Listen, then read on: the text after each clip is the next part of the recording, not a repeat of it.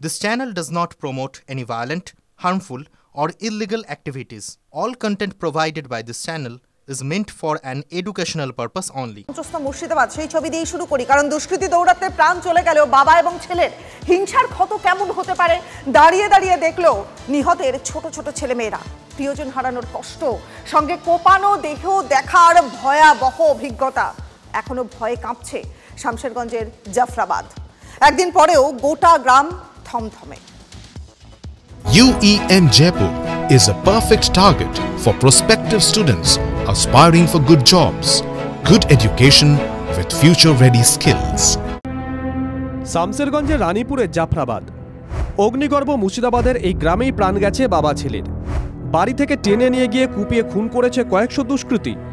এখনো আতঙ্কে পরিবার, শুনশান গ্রাম। 4 ঘন্টা ধরে আমাদের বোমাবাজি এখানে হয়েছে, হামলা হয়েছে। আমরা বাচ্চা নিয়ে লুকিয়েছিলাম। ভোজালি, তরোয়াল, ফালা, ফারসা, কিছু পিস্তল, এই অবস্থাতে আমরা রক্ষা করতে পারিনি। দরজা কেমন ভাবে ভেঙেছে, ভেঙে সাপবল দিয়ে ভেঙে, তখন ব্লাস্টে পারেনি দিয়ে ওখান থেকে গলা ধরে নিয়ে যেয়ে ওখানে কুপিয়েছে। নিহত বাবা ছেলে সিপিএম এর সমর্থক ছিলেন বলে খবর। আত্মীয় থেকে গ্রামবাসী, সবার আঙুল পুলিশের দিকে। পুলিশ বা নেতা, বিপদের সময় কাউকেই পাওয়া যায়নি বলে অভিযোগ। শনিবারই এক গ্রামবাসী বলেছিলেন, বাড়ি থেকে টেনে এনে মেরেছে হঠাৎ করে ঢুকে, এটা এখানে করে কোপালছে। না, পুলিশ আসেনি তখন।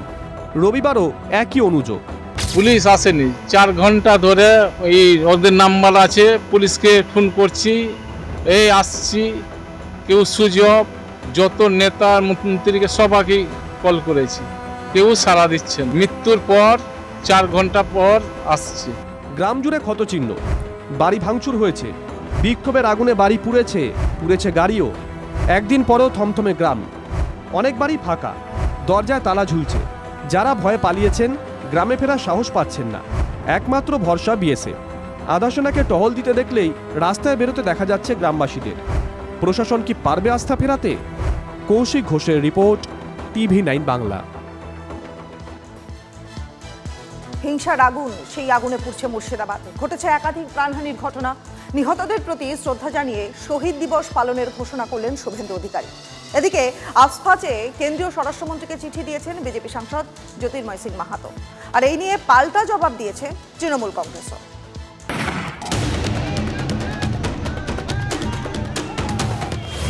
ওয়াকফ আইনের প্রতিবাদের নামে তাণ্ডব।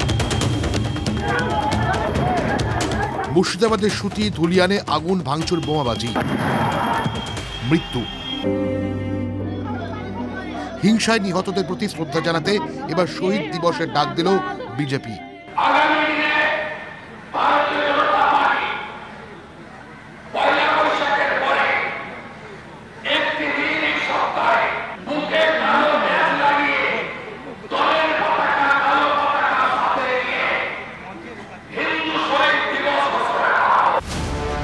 যেদিন নেতাজি ইন্ডোরে ওয়াকফ আইনের বিরোধিতায় সভা ডেকেছেন মুখ্যমন্ত্রী মমতা বন্দ্যোপাধ্যায়, সেদিন শহীদ দিবস পালন করবে বিজেপি।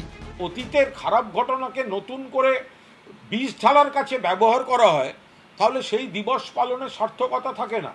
কোনো নেতিবাচক ঘটনার সেটাকে যদি নতুন করে প্ররোচনার উপাদান হিসেবে ব্যবহার করা হয়, তাহলে কোনো দিবসের সার্থকতা থাকতে পারে না। ইতিমধ্যেই রাষ্ট্রপতি শাসনের দাবিতে সরব হয়েছে বিজেপি।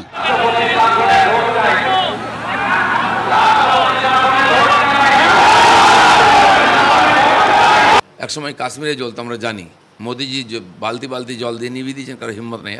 আজ কাশ্মীর চেয়েও খারাপ অবস্থা পশ্চিমবাংলায়। হিংসা বিধ্বস্ত এলাকাগুলিকে উপদ্রুত ঘোষণায় দাবি করেছেন পুরুলিয়া বিজেপি সাংসদ। আফস্পাচে কেন্দ্রীয় স্বরাষ্ট্রমন্ত্রীকে চিঠিও দিয়েছেন জ্যোতির্ময় সিং মাহাতো। মুর্শিদাবাদ, মালদা, নদিয়া সহ 4 জেলায় আফস্পা জারির দাবি করেছেন তিনি। মাননীয় গৃহমন্ত্রী অমিত ভাই শাহকে রিকোয়েস্ট করে একটা চিঠিও দিয়েছি।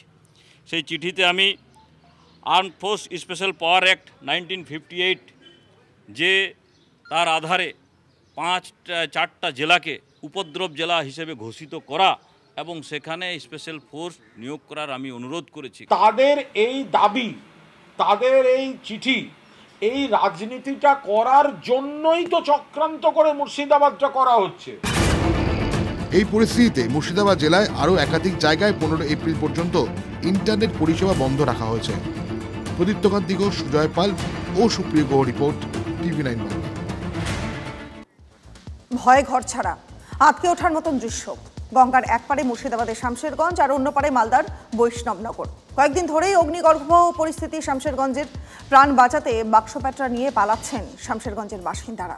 নদী পেরিয়ে বৈষ্ণবনগরের স্কুলে তারা আশ্রয় নিচ্ছেন। নিজের ঘর ছেড়ে স্কুলের মাটিতে ঠাঁই, নাওয়া, খাওয়া, ঘুম সবই তো মাথায় উঠেছে।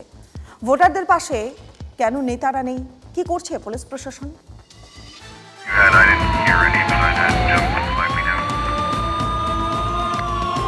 মুর্শিদাবাদে ছুটে গিয়েছেন রাজ্য পুলিশের ডিজি।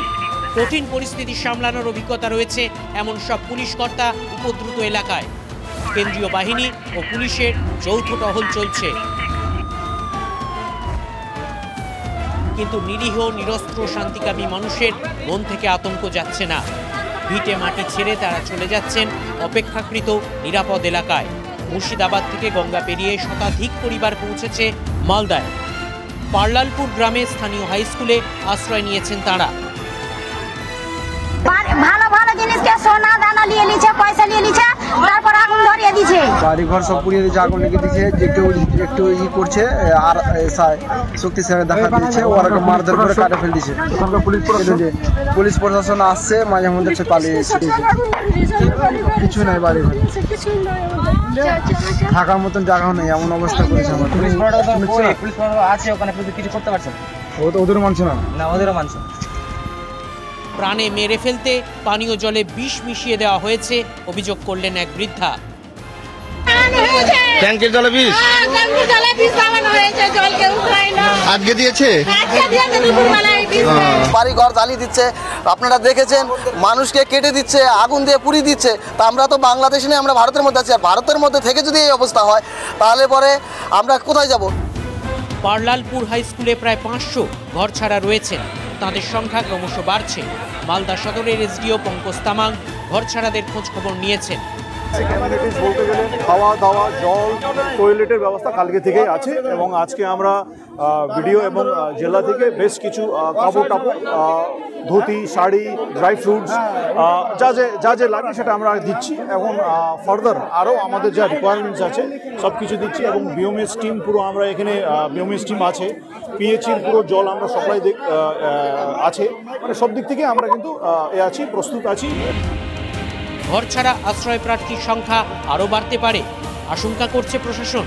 না হলে অতিরিক্ত মানুষকে আশ্রয় দেওয়ার ব্যবস্থা কেন করে রাখছে প্রশাসন?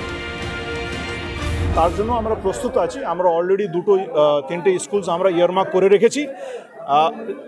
যদি সেরকম করে মানুষ যদি এসে যায়, আমরা কিন্তু ওইখানে কিন্তু আমরা ফিল আপ করছি, আমরা প্রস্তুত আছি। অনেক ওইখানে হচ্ছে মানে ভায়োলেন্স বা এই ধরনের ওনারা ফিল করছে বলে ওনারা এসছেন, সেফ জায়গাতে এসছেন। তো যাই হোক, এখানে আসার পরে দায়িত্ব আমরা ওনাদেরকে ভালো করে রাখবো, কোনো অসুবিধা হবে না, এটা আমরা গ্যারান্টি আমরা আমাদের এন্ড থেকে আমরা। কদিন থাকতে হবে অস্থায়ী স্কুল ক্যাম্পে? কবে ফিরবেন ভিটে? ঘরবাড়ি সব অক্ষত রয়েছে, জানেন না ঘর ছাড়ারা। মালদা থেকে শুভতোষ ভট্টাচার্যের রিপোর্ট, TV9 বাংলা। হিংসা কাউকেই ছাড় দেয় না। ছাড় পেল না ধুলিয়ানের 7 দিনের সদ্যজাত, যার এখন আতুর ঘরে থাকার কথা। সেই শিশু এখন কোথায় রয়েছে? সেই শিশু ঘর ছাড়া, তাও আবার অন্য জেলাতে। নদী পেরিয়ে কোনো রকমে প্রাণ বাঁচিয়েছেন প্রসূতি মা। মালদার বৈষ্ণবনগরের স্কুলে আর 5 জন ঘর ছাড়াদের সঙ্গে দিন কাটছে মা আর এই সন্তানের। শিশুর গায়ে জ্বর, ডাক্তার দেখানোর উপায় নেই। 1940 সালে এমনটাই অনুভব করেছিলেন সুকান্ত ভট্টাচার্য। শতবর্ষের দোরগোড়ায় দাঁড়িয়েও কি ভীষণ প্রাসঙ্গিক এই কথাগুলো। এই বাংলার বুকে, যেখানে মায়ের মুখ ভালো করে চেনার আগেই ঘর ছাড়তে হয় সদ্যজাতকে, এতটাই ক্রুদ্ধ তাঁর স্বদেশভূমি। হিংসার আগুনে পুড়ছে মুর্শিদাবাদের একাংশ। ঘটি বাটি ফেলে দিকবিদিক শূন্য হয়ে ঘর ছাড়ছেন আতঙ্কিত বাসিন্দারা। গঙ্গা পেরিয়ে শতাধিক পরিবার চলে এসেছে মালদার বৈষ্ণবনগরে। সেখানে পার্লালপুরে ত্রাণ শিবিরের এক কোনায় সদ্যজাতকে আঁকড়ে এভাবেই বসে আছেন এক মা। মাত্র 7 দিন বয়স, আর সেই সদ্যজাত শিশুকে নিয়ে তার মাও বেরিয়ে এসেছেন, কারণ প্রাণে বাঁচতে চাইছেন নিজের জন্য, নিজের সন্তানের জন্য। ঘর বাড়ি সব লুটপাট হয়ে গিয়েছে। অত্যাচার মারধর করছিল, বম ফুটাচ্ছে, আগুন লাগিয়ে দিচ্ছে, তার জন্য নিজের প্রাণ বাঁচাবার জন্য এসে যেদিন 3 দিন হয় সেদিন থেকে নিয়ে দৌড়িয়ে বেড়াচ্ছে, আজকে 7 দিন হলো। শিশুটির খাবার দাবার কিভাবে, মানে কিছুই তো হচ্ছে না? কিছুই আনেনি, এখানে এসে এখন শরীর খারাপ ছিল, ওষুধ দিয়েছে, দিয়ে ভালো আছে। মানে এই অবস্থা, মানে বাচ্চাটা শরীর খারাপ হয়ে গিয়েছে? জ্বর হয়ে গেছিল, নৌকাতে পার হয়ে হাওয়া লেগেছে, খালি গায়ে এনেছিলাম, কিছু বরণের ছিল না ছেলেটা। কথাগুলো শুনে কি গায়ে কাঁটা দিচ্ছে? ভাবতে পারছেন কি ভয়ঙ্কর ঝড় বয়ে চলেছে এদের ওপর দিয়ে? আপনার স্বামী কোথায় রয়েছেন? বিদেশে আছে। এই যে ঘর ভাঙচুর টাংচুর হয়েছে, স্বামীকে জানিয়েছে? জানিয়েছি। আমি কি বললেন? কি বলবে, ওর উপায় নাই, বলছে কি বাঁচার লেগে যেখানে হয় যাও।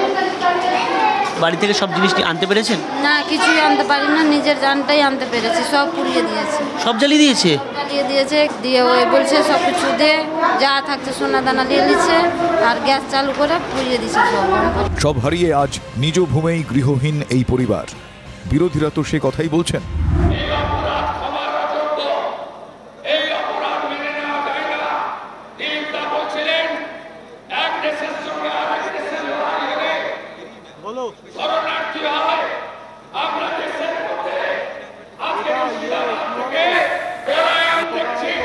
আমি কাল মালদা যাব, আজকে রাত্রে আমি রওনা হব। মালদা গিয়ে সেই উদ্বাস্তু যারা হয়েছেন, পাল্লালপুরে যারা আছেন, তাদের সাথে প্রয়োজনে আমি দেখা করব।